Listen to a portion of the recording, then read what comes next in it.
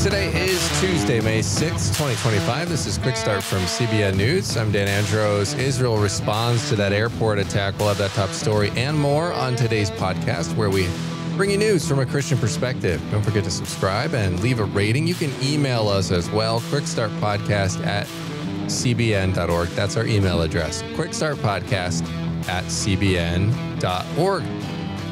Joining me today to get through all the news that's going on. There's a lot of it. CBN's Trey Phillips and Madison Seals. A lot to get to. The focus story, Madison. Crazy story from Maryland, a high school student. Crazy reason they're not allowed to graduate. Yeah, unfortunately, this is another case of progressive ideology in the classroom. And unfortunately, it's literally being forced on this student to move on in her life. So her family is speaking up about it. Unreal. We're going to have the details there. Looking forward to that coming up in a few moments on the focus story. On the main thing, a detransitioner speaks out to Quick Start about the dangers of transitioning that are not necessarily widely reported. We'll have that with CBN's Billy Hallowell coming up on the main thing. All right, make sure you subscribe to all of our CBN News podcasts, including Heaven Meets Earth, our newest podcast.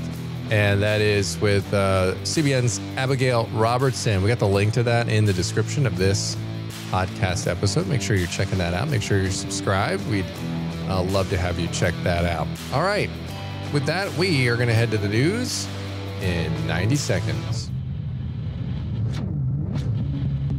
And Israel has launched major airstrikes on Yemen, deploying 30 fighter jets just a day after Houthis fired a missile at Israel's main Ben Gurion Airport. At the same time, Israeli leaders have approved an expanded military campaign in Gaza, including plans to take over aid deliveries, a move Hamas has condemned as quote-unquote blackmail. The conflict in Gaza obviously began after October 7th, when Hamas terrorists assaulted Israel, which left well over 1,000 people dead and over 200 kidnapped.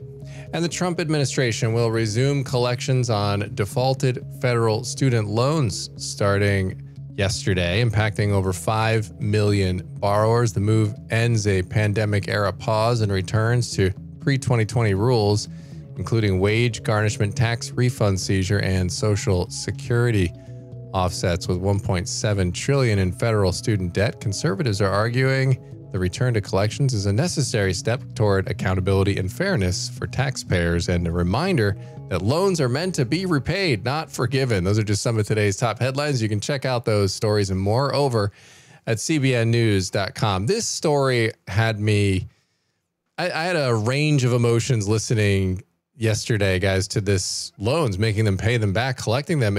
Honestly, I heard some mainstream outlets, another podcast I was checking out, one of the mainstream ones, and it was like this tragic thing they were reporting on, that people had to pay their loans back. I kid you not, this is something an actual reporter said on one of the big three networks there, whatever, 3 or 4 networks.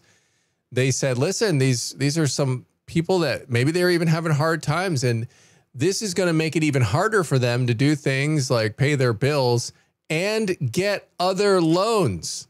And I'm just thinking, I'm sorry, they're not paying one loan right now, and we're saying that because they're not able to pay back this loan, they can't go get another loan. So if they were paying that loan, then a new loan, if they were going to get it, why couldn't they just pay the current loan that they have? And why would somebody give a loan to somebody who can't pay a current loan? Like, it makes absolutely no sense. It's like clown world, guys, where people are just, I don't understand how you can't see the obvious fact. If you get a loan, you gotta pay the thing back. I mean, is this rocket science? I mean, what am I missing here? Well, where's Dave Ramsey when you need him? You know, Dave, I know you're listening. Yeah. I'm sure you're a huge fan of the Set him straight, podcast. Dave. So yeah, come on and let's explain this craziness to all of us, because yeah, Dan, I agree with you. It doesn't make any sense. I think all of this has just become a political carrot, right? I think the left has used this now for years as just keep voting for us and we'll keep delaying that you have to pay your loans. I think so it's become just a norm. So now when people are like, oh, the government is going to make me pay the things that I signed contracts agreeing to pay. Yes. They're going to actually hold me accountable to pay those things back. That's weird. So yeah, I think unfortunately the chickens are coming home to roost. People have gotten way too comfortable with passing the buck to people who are paying their taxes, because it's not like these things are going unpaid. And really, who's the biggest beneficiary? The colleges, right? Because the government's going to pay us anyway, so let's hike up the prices for college even higher. Yeah. And Madison, right. And Madison, this isn't even fair to people who may be considering paying their loans, because they're caught in a limbo of like, well, do I do it or not? Like, I mean, before Trump, did this, because you're in this limbo land of, are they going to forgive it?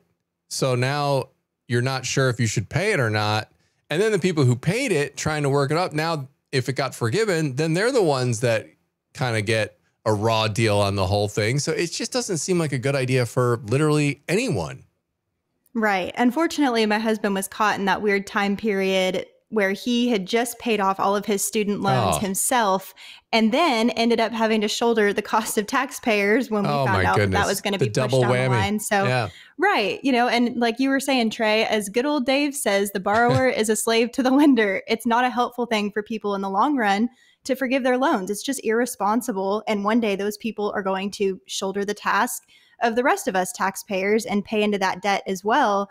And I think that was also a good point that you made, Trey, that higher education is bloated as it is and way too expensive. And this debt forgiveness just allowed universities to keep charging those astronomical prices. Right. Every other industry gets called price gougers, and they're, big oil. They're so evil. But if you look at colleges and universities, they actually have a higher rate of inflation than actual inflation by a long shot. And I haven't seen one in overlay compared to other industries, but it's got to be way worse than most other industries. And like you said, Trey, there's no ramifications for that. And at the same time, they're getting rewarded for it by the government just paying it off. I mean, it's like a total racket, a total scam. And not to mention, many of these universities have billions of dollars in endowments. So they could literally slap these endowments into an ING account, if that still exists, and get 3% and let everyone go there for free. I did the math on this one time with like Harvard's, because it's like $50 billion or something insane. They could throw it in a low interest rate account, which obviously they wouldn't do, but they can do way better than that. But even at the worst case scenario, everyone should go there for free and not have to pay anything at all with these endowments they have. But they still insist on charging exorbitant amounts for people to go there, and then now have the gall to then try to make the government pay for it. It's insane. It's truly insane. It's similar to the government, right? They don't have to prove any ROI. It doesn't matter. They can charge whatever they want to, and whether there's a return on your investment or not, it doesn't matter. Doesn't matter. This is what we're going to charge. And it's the same with the government. We're going to increase your taxes. You're not going to notice a lick of difference in the services that we provide to you, but just trust us. It's good for you. Yeah, exactly. No, it is maddening. It is maddening to say the least. And then everyone's freaking out about it when President Trump sort of goes back to the normal way of doing things. Hey, we're going to collect these loans you took out, and everyone's having a Karen session about it. So hopefully we'll see how this all plays out. But looks like we're at least back towards some level of sanity on that one.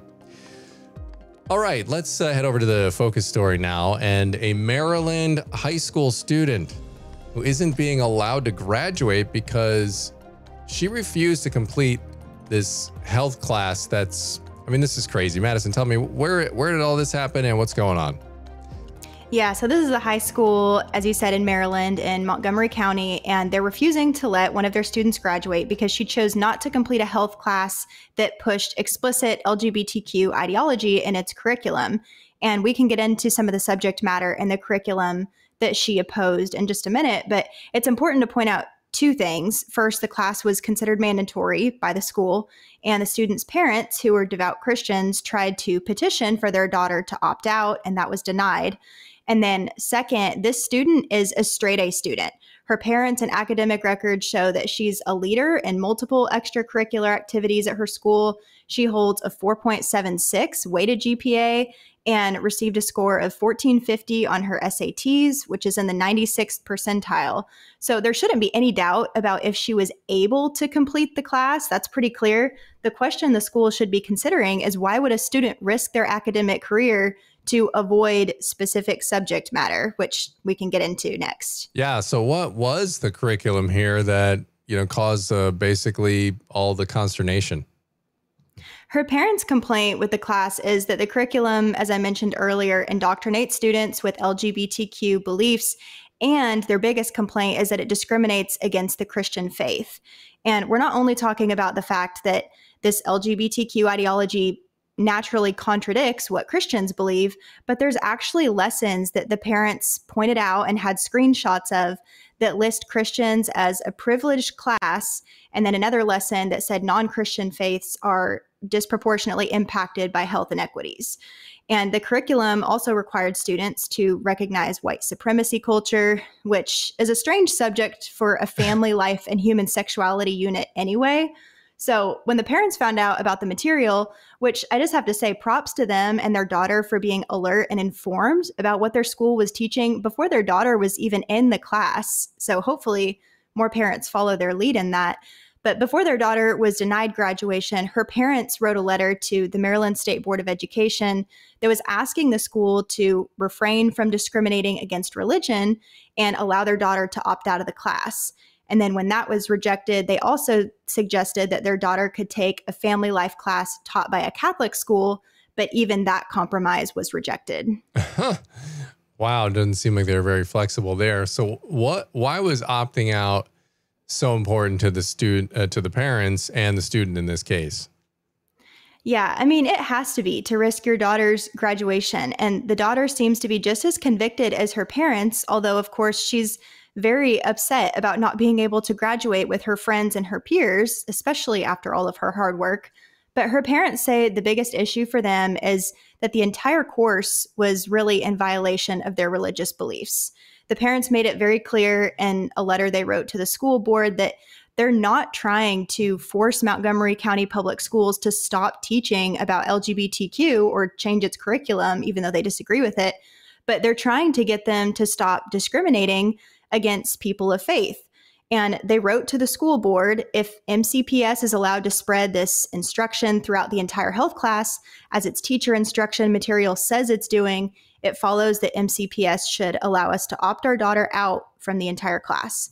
And, I think the reason that the school is unwilling to make this concession, or at least a compromise, is that the city wants to ensure all of their students receive this radical LGBTQ information, because that seems to be the only reason. When this student is a straight A student, it's normal for seniors, even juniors, to take college level courses or courses at another school that are similar in many ways.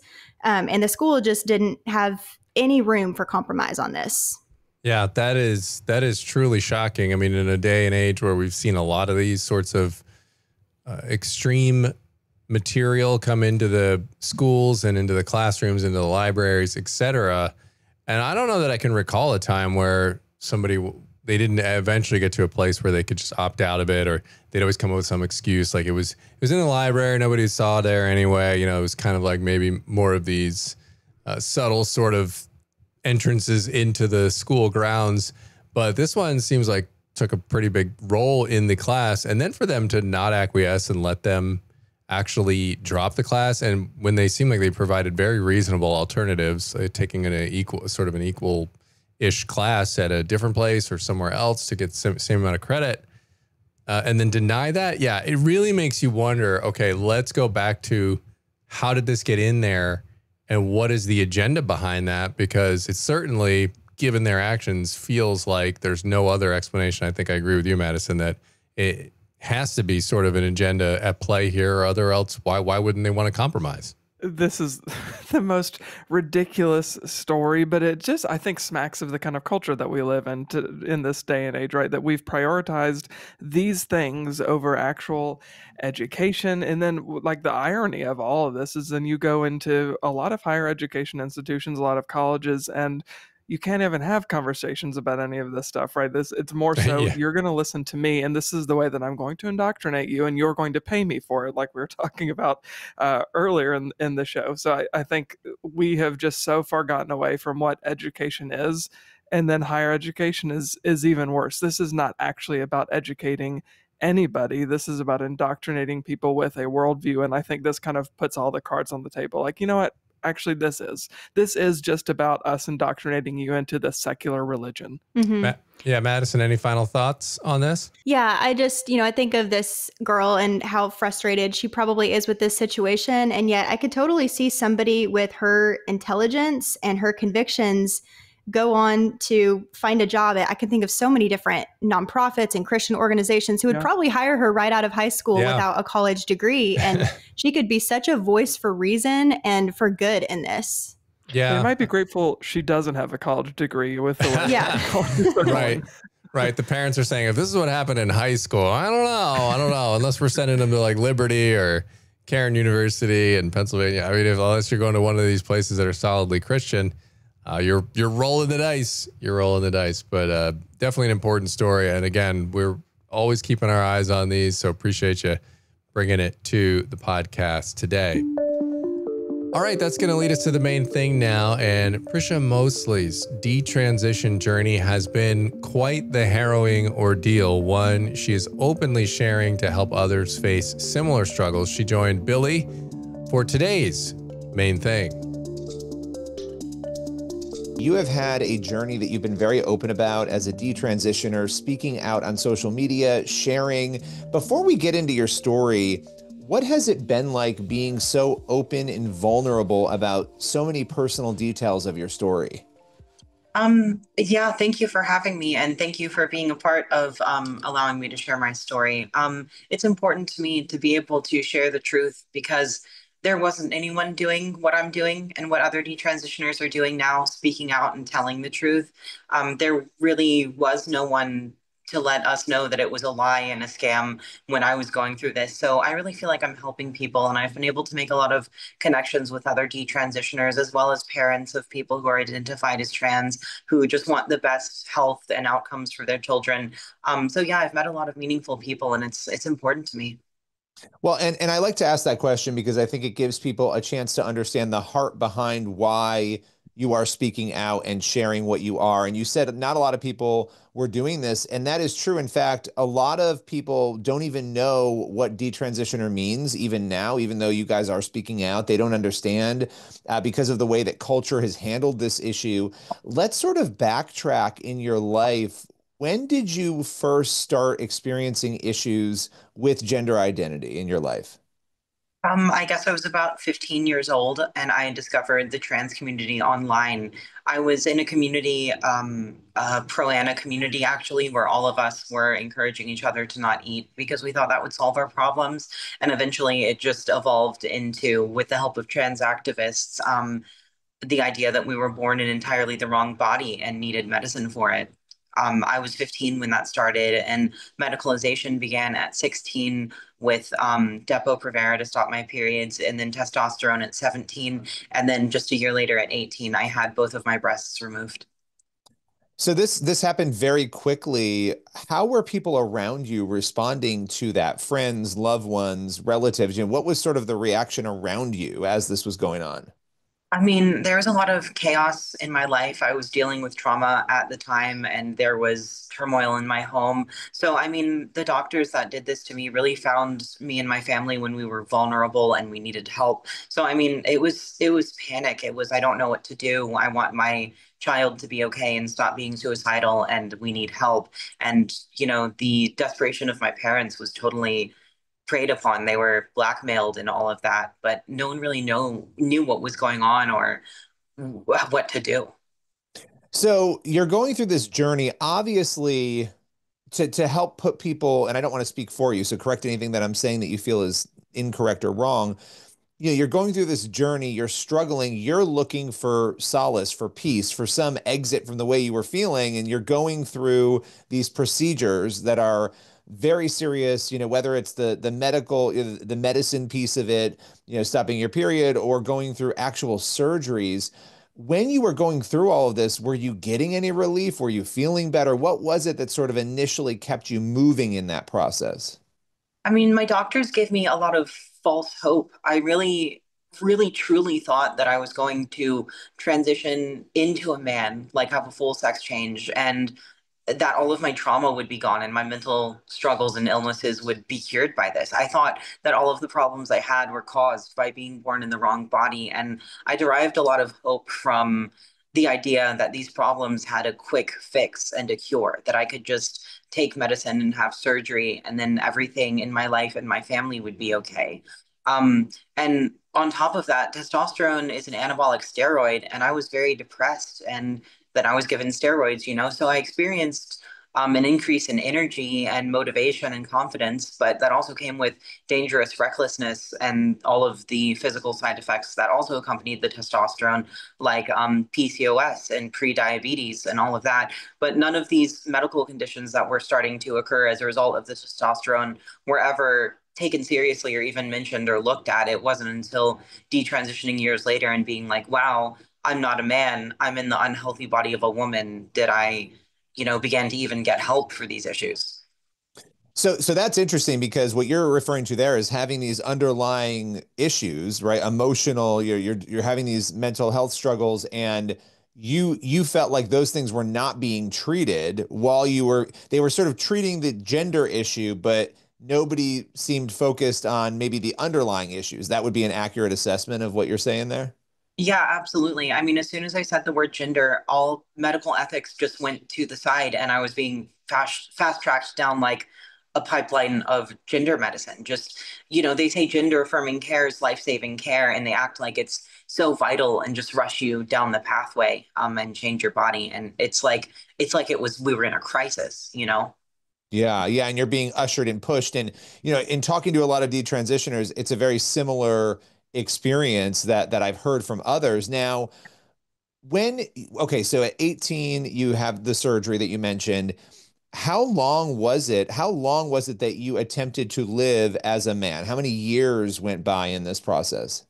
I was on testosterone for 7 or 8 years and living that way, just fully dissociated from myself and depersonalized and not living in reality. I spent a number of years as an adult, not really functioning as an adult. I had a partner who took care of me and uh, made my doctor's appointments for me and stuff. And I really wasn't functioning or thriving in any way, which is true of a lot of people who are trans identified. There's no focus on having a good or healthy or whole life or being able to have healthy relationships or a career or anything like that. The entire goal is that the patient doesn't kill themselves and everything else goes to the wayside. So yeah, that is interesting on so many levels and also heartbreaking to hear you say that. So that's a lot of years to go in this process. And it's interesting. A lot of the people I've talked to, they've gone 7 to 10 years. That's sort of been the time range. That's a big chunk of life. What was it that brought you to the point of saying, not only is this not the path I need to be on, but I'm going to try to go back and detransition because you had had surgery, you had done some of these things. I mean, these are big decisions. What made you change your mind? So actually, my boyfriend, he has a daughter, and she was about 2 at the time. And after becoming in a relationship with him and getting closer, being able to see her, I started babysitting her and watching her all the time. And she does not have a relationship with her biological mother. She just wasn't interested. And I was still trans identifying at the time, and I had facial hair and I was wearing masculine clothes. But despite all of that, she started calling me mommy, and it just broke me out of the delusion. I mean, I thought it sounded so right and it felt so right and it felt so true. And yeah, luckily it just happened to me at a time that it brought clarity and understanding rather than turmoil and fear. And I was able to break free.